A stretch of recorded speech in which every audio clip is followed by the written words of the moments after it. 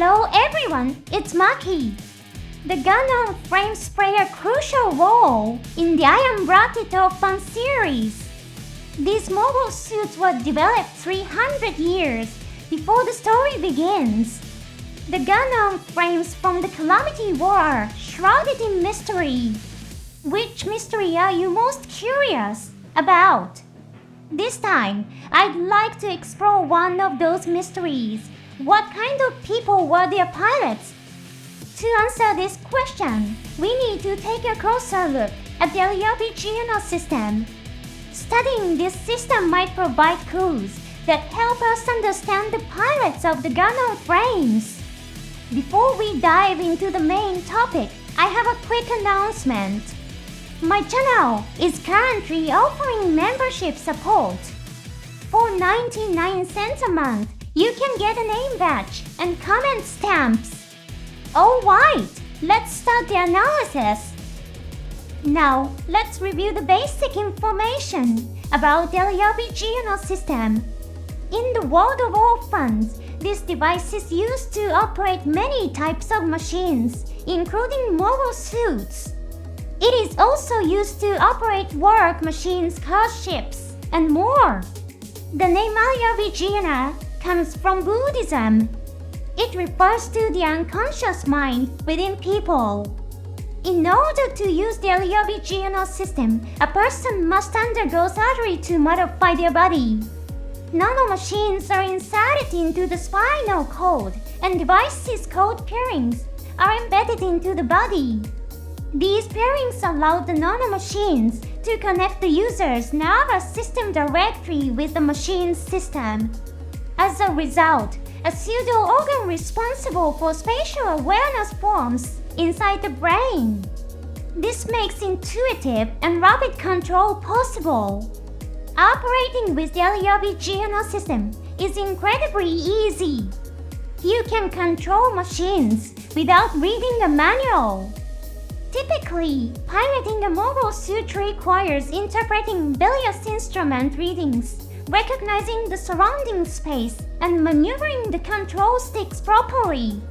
However, with the Alaya-vijnana system, these difficult elements are essentially ignored.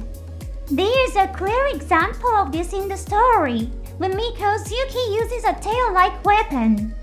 He says it feels like I've always had a tail as part of my own body while operating it. The nature of the Alaya-vijnana system, combined with the conditions in the world of orphans, creates many tragedies.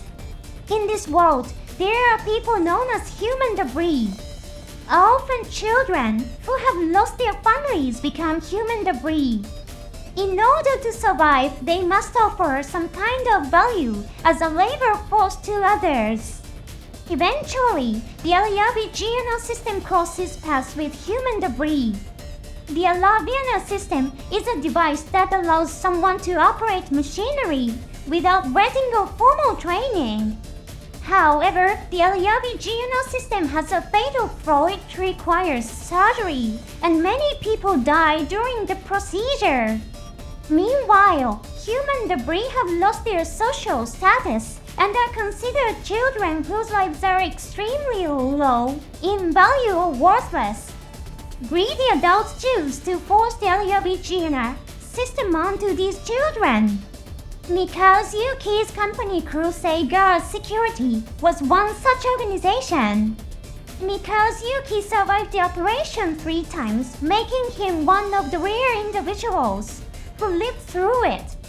The Alaya-vijnana system can be upgraded by undergoing multiple surgeries and installing pairings, which allows for more advanced and faster control of machinery. Of course, undergoing multiple surgeries means facing the risk of death repeatedly. The 3 pairings implanted in Mikazuki's back symbolize how little his life was valued. The Alaya-vijnana system has existed for 300 years prior to the beginning of the story. One reason we know this is because it was the standard system installed in the Gundam frames when they were in use. Aside from the risk of death during surgery, the Alaya-vijnana system has another drawback. In order to stabilize the now mechas inside the body, the surgery must be performed on a teenager. Later, technology advances enough to allow adults to receive the system as well. This is demonstrated in the story through Maki. However, many mysteries surround this technology. Please keep in mind that from here on out, I'll be sharing my personal interpretation.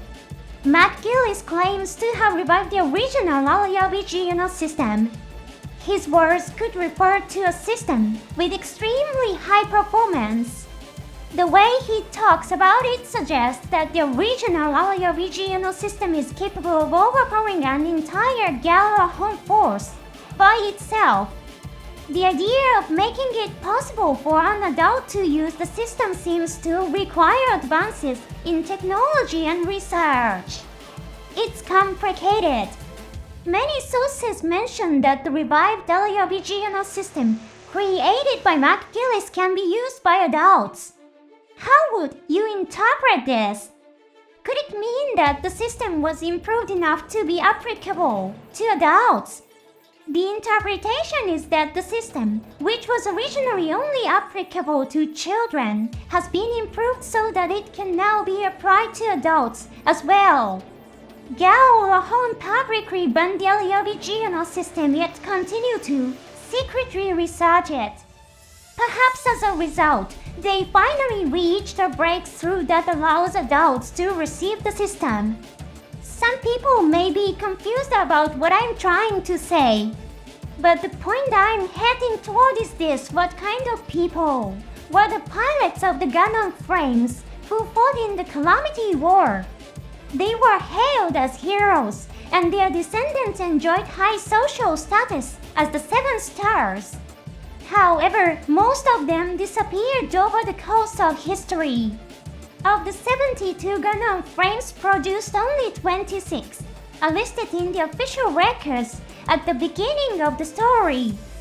Think back for a moment.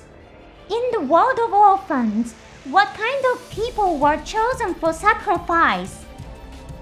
The final clue is in the title of the story. The word Orphans points us in the right direction. Let me start with the conclusion. I believe the pilots of the Gundam frames who fought in the Calamity War were children. Pushed to the brink of extinction, humanity developed the Alaya-vijnana system without hesitation. To make it work, they may have sacrificed children as offerings. There is another clue supporting this idea. It appears in the official setting material book, Mechanic and World.